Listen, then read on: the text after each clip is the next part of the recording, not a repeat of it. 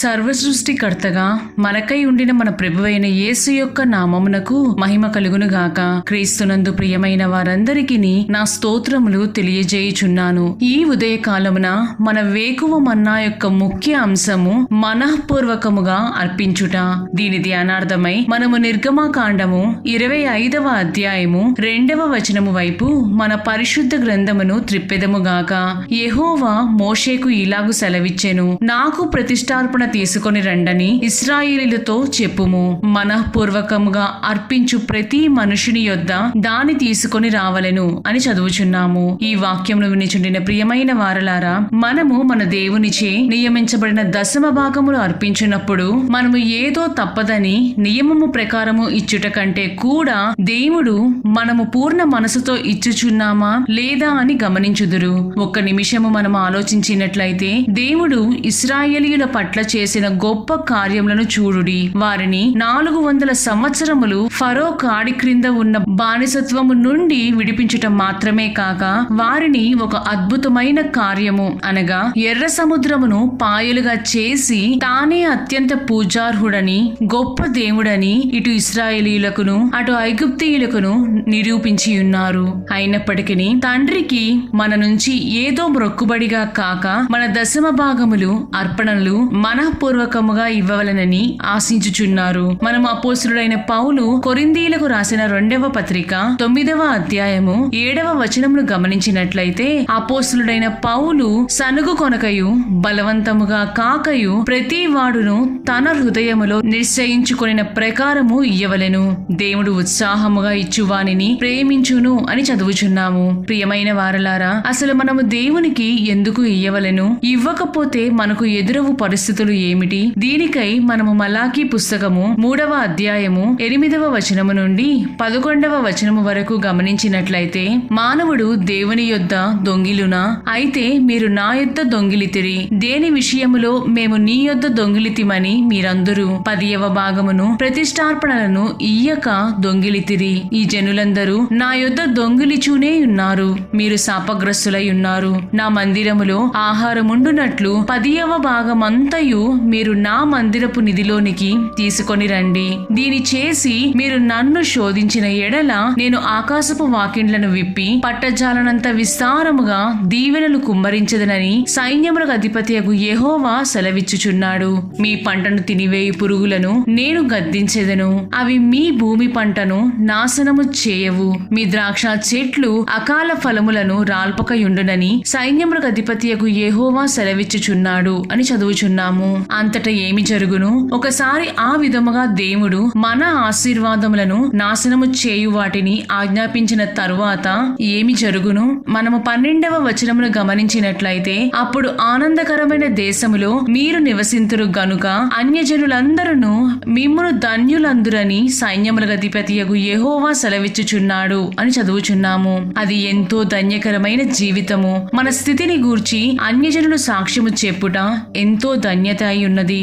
అయితే కొందరు మనలో అనుకొనవచ్చును, ఇస్తేనే ఆశీర్వాదము ఉండునా అని. నీవు ఒకసారి ఇచ్చి చూచినట్లయితే దానిలో ఉన్న ఆశీర్వాదమును రుచి చూచిన వారు తిరిగి ప్రభువునకు ఇచ్చుటకు వెనుకంజ వేయరు. కొంతమంది ఆ డబ్బులు ఉంటే మనకు దేనికైనా ఉపయోగపడతాయి కదా అని అనుకొనెదరు. అలా సనుగు కొనుచు ఇచ్చుట కూడా వ్యర్థమే అని మనము జ్ఞాపకముంచుకొనవలెను. మన జీవితములో ఊహించని అద్భుతములు జరగవలెనంటే నీవు ప్రభువు ఆజ్ఞాపించిన దానిని బట్టి నీ పిడికిడిని బిగించక ఇచ్చుటకు ప్రయాసపడుము. చివరకు మనము గమనించినట్లయితే మోషే ఆజ్ఞాపించిన దానికంటే ఇశ్రాయేలీయులు ఇంకను అధికముగా ఇచ్చుటకు కొనసాగించిరి. దానిని బట్టి మోషే ఇంక మీరు తేవద్దని వారికి ఆజ్ఞాపించెను. దీనికై మనము నిర్గమకాండము 36వ అధ్యాయము 6వ వచనమును గమనించినట్లయితే, మోషే పరిశుద్ధ స్థలమునకు ఏ పురుషుడైనను ఏ స్త్రీ అయినను ఇక మీదట ఏ అర్పణ అయినను తేవ వెళ్ళవద్దని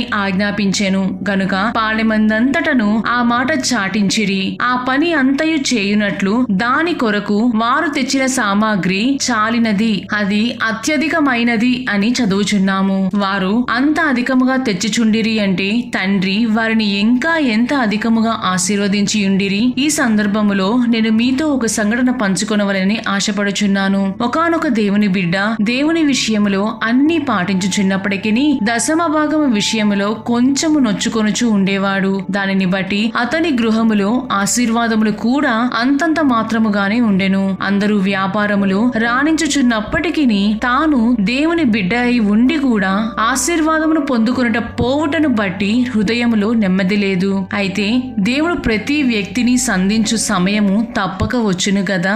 అదే విధముగా ఒక ఆదివారము పాస్టర్ గారు ప్రసంగములో మలాకీ పుస్తకములోని 3వ అధ్యాయమునందు గల మర్మములను ఆశీర్వాదములను చెప్పుచున్నప్పుడు ఎప్పుడూ ఇన్ని సంవత్సరాలుగా వినుచున్న వాక్యమే అయినప్పటికీ ఆ దినమున అతను హృదయములో అంత ఆశీర్వాదములు వచ్చినా, అయితే దీని నేను పాటించి అది రానిచో పాస్టర్ గారిని నిలువబెట్టి అడుగుదును అనుకొని ఆ మాసములో దశమ భాగమును పాస్టర్ గారికి యథార్థముగా ఇచ్చియుండెను.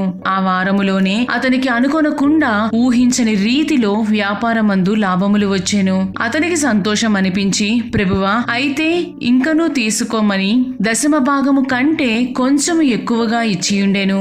ఇంకనూ అధికమైన ఆశీర్వాదము అతనికి కలిగెను. అతడు తన జీవితములో జరుగుచున్న ఆశీర్వాదములను నమ్మలేకపోవుచుండెను. ప్రభువా, నీకు లెక్కలేని స్తుతులు స్తోత్రములు తండ్రి అని తనకు వచ్చిన దానిలో సగము ఇచ్చుట ప్రారంభించెను. అద్భుతముల మీద అద్భుతములు, ఆశీర్వాదముల మీద ఆశీర్వాదములు అతనికి వచ్చుచుండెను. ఈ లోకములో అతని స్థాయి ఊహించని రీతికి వెళ్లిపోయెను. ప్రభువా, ఇంకా నాకు ఉన్నది చాలు తండ్రి, నాకు 1% చాలు తండ్రి, మిగిలినదంతా నీకే తిరిగి ఇచ్చేదనని చెప్పి ఆ విధముగా చేయుచున్నప్పుడు అతని గృహములు ఆస్తులు ఎదుటి వారికి ఇచ్చుట ఇలా అన్నిటి యందు బహుగా ఫలించి అభివృద్ధి పొందుచు మేలుకరమైన జీవితము గడుపుచు అనేకులకు ఆశీర్వాద కారణముగా మార్చబడెను. ప్రియమైన దేవుని బిడ్డ, నేడు నీ యొక్క స్థితి ఏ విధముగా ఉండి ఉన్నది? నీవు ప్రభువునకు ఇవ్వవలసిన దానిని బిగించుచున్నావా? లేదా సంతోషముతో బీద విధవరాలు తనకున్న 2 కాసులు వేసిన రీతిగా నీకున్న దానిలో దేవునికి మనఃపూర్వకముగా ఇచ్చుచున్నావా? ప్రియులారా, దేవునికి సమస్తమైన కార్యముల యందు నమ్మకముగా పూర్ణ మనసుతో చేయువారు కావలెను. అది ఆయనకు ఇచ్చు అర్పణలు అయినప్పటికీ, దశమ భాగములు అయినప్పటికీ వాటిని పాటించుటను బట్టి మనము ఈ లోక జనుల మధ్యలో ఒక సాక్షార్థముగా మార్చబడదమని జ్ఞాపకముంచుకొనవలెను. కాబట్టి ఆయన చిత్తమును సంపూర్ణముగా చేసి ఆయనలో నిలిచి ఉండుటకు ప్రయాసపడవలెను. తండ్రి చిత్తమును నెరవేర్చుటకు ప్రభువు ఏ విధముగా ప్రయాసపడిరో అదే విధముగా ఆయన ఆజ్ఞలను పాటించి మనమును లోకానుసారముగాను ఆత్మానుసారముగాను ఆశీర్వాదములు పొందుకొనేదము గాక. ప్రభువు మిమ్ములను మరియు మీ కుటుంబములను దీవించి కాచి కాపాడుదురుగాక. ఆమేన్.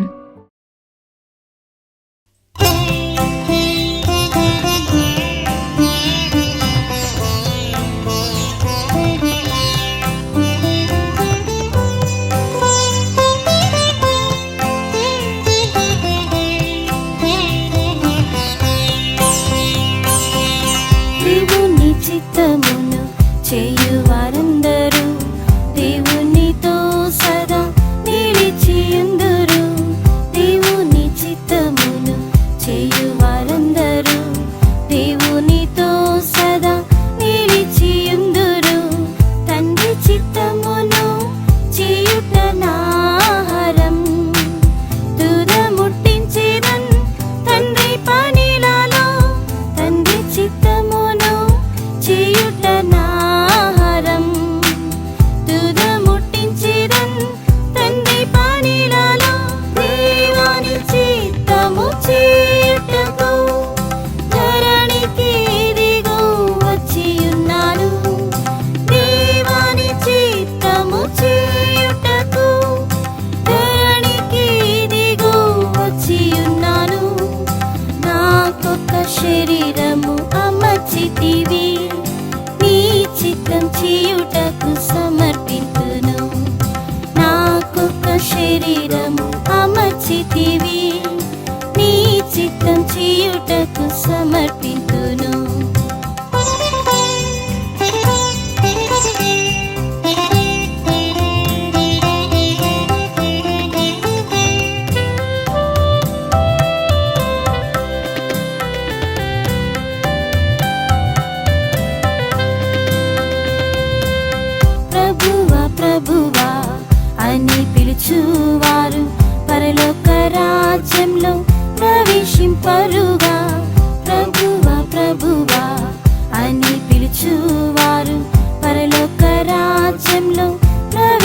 పరుగా పరలోక తండ్రి చిత్తము చేయువారే ప్రవేశించెదరు పరలోక రాజ్యంలో. పరలోక తండ్రి చిత్తము చేయువారే ప్రవేశించెదరు పరలోక రాజ్యంలో. దేవాని చిత్తము చేయుటకు ధరణికి దిగు వచ్చియున్నాను. దేవాని చిత్తము చేయుటకు ధరణికి దిగు వచ్చియున్నాను. నాకొక శరీరము అమర్చితివి, నీ చిత్తం చేయుటకు సమర్పింతును. నాకొక శరీరము అమర్చితివి, నీ చిత్తం చేయుటకు సమర్పింతును. ప్రభువా ప్రభువా నీ నామమున ప్రవచింపలేదా, అద్భుతాలు చేయలేదా? ప్రభువా ప్రభువా నీ నామమున ప్రవచింపలేదా, అద్భుతాలు చేయలేదా అని నా వారితో ప్రభు ఈ శిలా పలికెను. తండ్రి చిత్తం చేయని మిమ్ము నేనెరుగాను అని నా వారితో ప్రభు ఈ శిలా పలికెను. తండ్రి చిత్తం చేయని మిమ్ము నేనెరుగాను. దేవాని చిత్తము చేయుటకు ధరణికి దిగు వచ్చియున్నాను. దేవాని చిత్తము చేయుటకు ధరణికి దిగు వచ్చియున్నాను. నాకొక శరీరము అమర్చితివి, నీ చిత్తం చేయుటకు సమర్పింతును. నాకొక శరీరము అమర్చితివి, నీ చిత్తం చేయుటకు సమర్పింతును.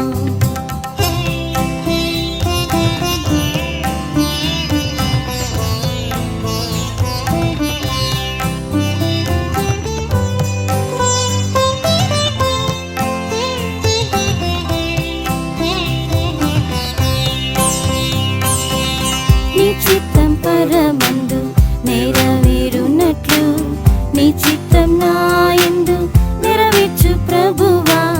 నీ చిత్తం పరమందు నెరవేరునట్లు నీ చిత్తం నాయందు నెరవేర్చు ప్రభువా. నీ చిత్తం చేయుట నాకెంతో సంతోషమే. నీ చిత్తం చేయను నేర్పించు నా తండ్రి. నీ చిత్తం చేయుట నాకెంతో సంతోషమే. నీ చిత్తం చేయను నేర్పించు నా తండ్రి.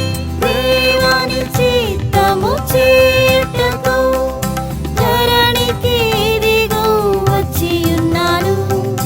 దేవాని చిత్తము చేయుటకు ధరణికి దిగు వచ్చియున్నాను. నాకొక శరీరము అమర్చితివి, నీ చిత్తం చేయుటకు సమర్పింతును. నాకొక శరీరము అమర్చితివి, నీ చిత్తం చేయుటకు సమర్పింతును. పరిశుద్ధులగుటకి దేవుడు పిలిచెను, పరిశుద్ధం కాపాడుట దేవుని చిత్తమే.